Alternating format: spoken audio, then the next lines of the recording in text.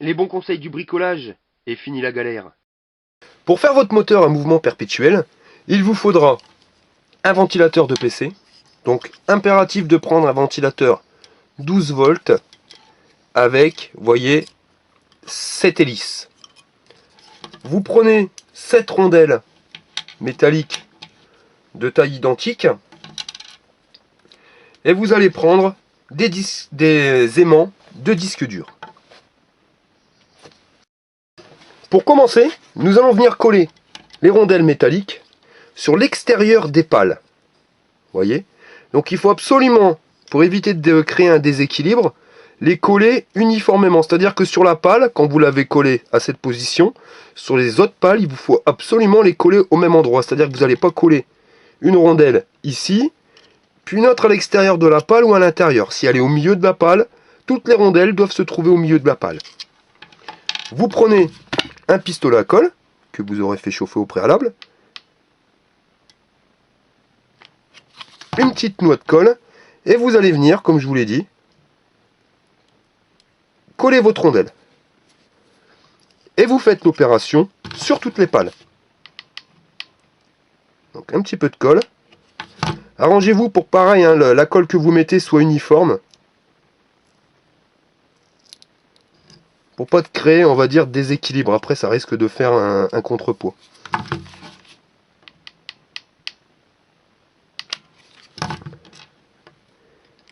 Et vous répétez l'opération sur toutes les pales. Voilà, donc les rondelles métalliques ont été collées, comme vous pouvez le voir. Maintenant, nous allons coller les aimants.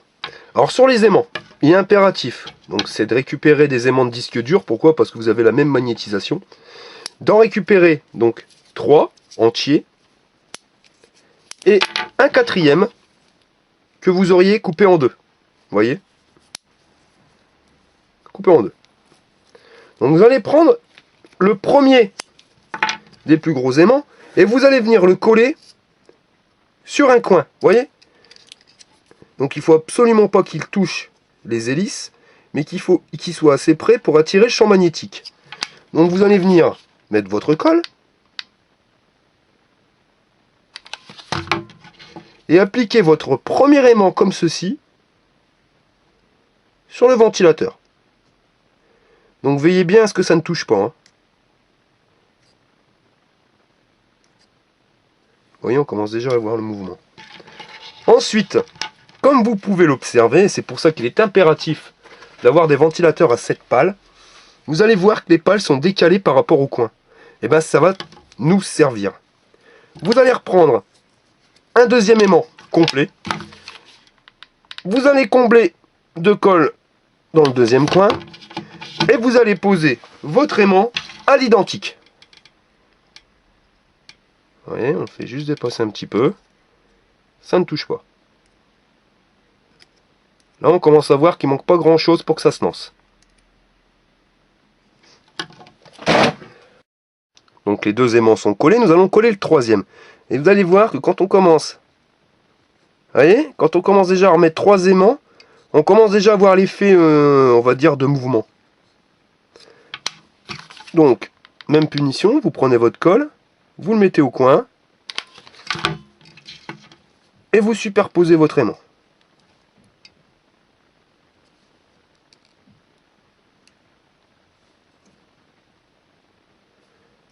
Voilà. Il ne nous restera plus qu'à mettre le dernier aimant. Alors le dernier, c'est le plus délicat à positionner.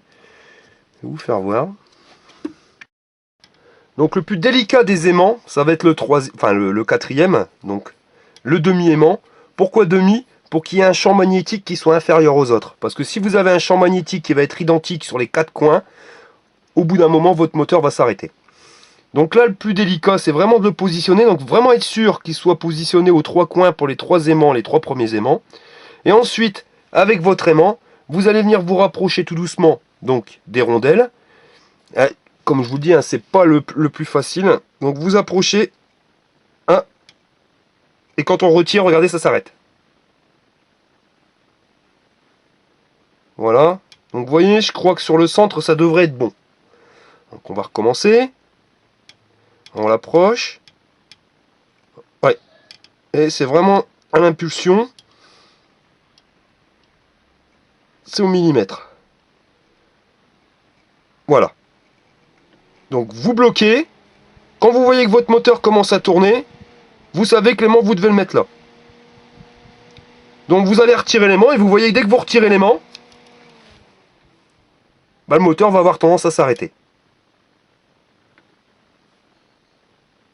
Alors, je vais venir coller l'aimant. Donc vous positionnez. Voilà. Et ça devrait marcher. Voilà. Donc bien le positionner. Et voici, vous voyez, votre moteur perpétuel est maintenant créé.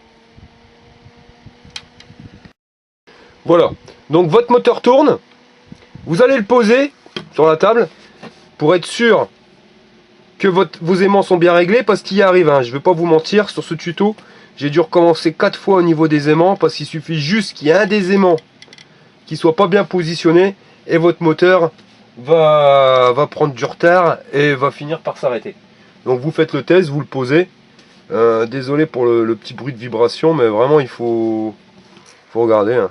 Ouais, c'est bon, ça fonctionne.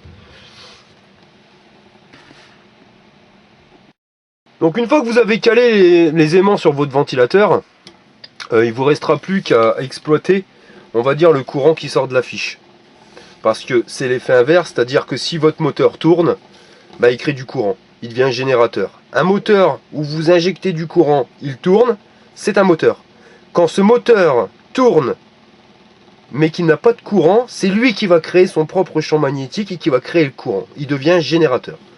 Donc pour convertir en 220, parce que n'oubliez pas que on a utilisé un transformateur de 12 volts, enfin un moteur de 12 volts, il va nous falloir un transformateur de 12 volts. À savoir, comme il y a des pertes, moi je préfère utiliser, donc je sais pas si vous voyez hein, sur la vidéo, c'est un transformateur 9 volts, mais impératif, un assez puissant, donc là vous voyez 12 volts ampères, ce qui quand même permet d'avoir une bonne patate. Et en alternatif, c'est impératif. Avant toute chose, avant de le raccorder, là vous avez la prise 220. Donc logiquement vous mettez la prise 220 dans votre réseau, donc dans votre prise électrique, et vous allez convertir du 220 volts en 12 volts de sortie. Enfin, là en l'occurrence 9 volts. Là on va faire l'inverse, c'est-à-dire qu'on va injecter du 12 volts dans le secondaire du transfo, et donc en primaire il va nous sortir tout simplement du 220. Donc avant toute chose, le primaire qui ici va devenir le secondaire, vous allez le couper. Vous coupez le fil. Voilà. Vous allez le dénuder. Faites impérativement ça avant de raccorder votre transformateur. Sinon vous allez vous prendre une châtaigne, il va être sous tension, vous allez vous prendre du 220. Hein. Vous prenez, vous dénudez les fils. Et vous allez venir y raccorder une simple multiprise, une triplette, hein, ce que vous voulez. Ça sera les prises qui vous desserviront du 220. Pour éviter de prendre une châtaigne, vous voyez, vous allez venir visser les dominos directement sur la multiprise, ce qui nous permettra d'isoler le système.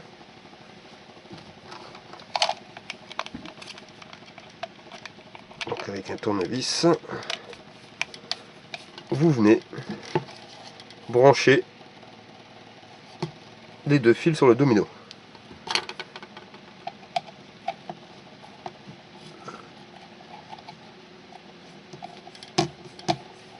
Nous allons nous occuper du primaire. Donc vous allez prendre la sortie, vous allez couper le fil, venir le dénuder.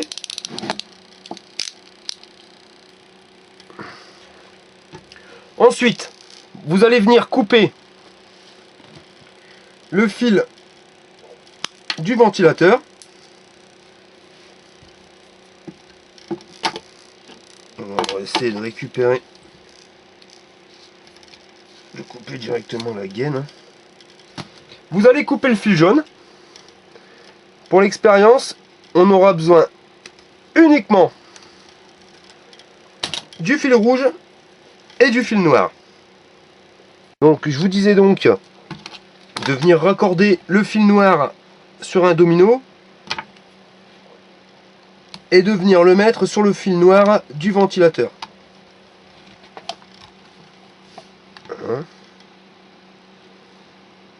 Par contre, n'oubliez pas, il est vraiment impératif d'avoir branché à la sortie du 220 un domino avec votre multiprise. Si vous n'avez qu'un appareil à raccorder, genre une seule ampoule, un seul circuit éclairage, vous n'êtes pas obligé de mettre la multiprise. Là, c'est vraiment pour la démonstration.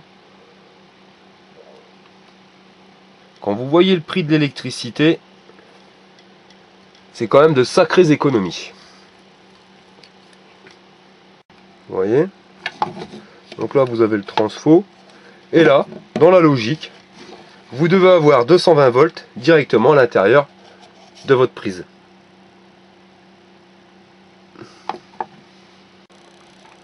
Voilà, vous positionnez le transfo comme ceci. Et nous allons faire le test. Donc nous allons maintenant passer au test de notre machine. Alors, vous allez le voir, nous allons brancher une première ampoule. Donc ampoule que voici. Nous branchons directement donc le fil sur la prise. Voilà. La première ampoule fonctionne. Nous allons raccorder une deuxième ampoule.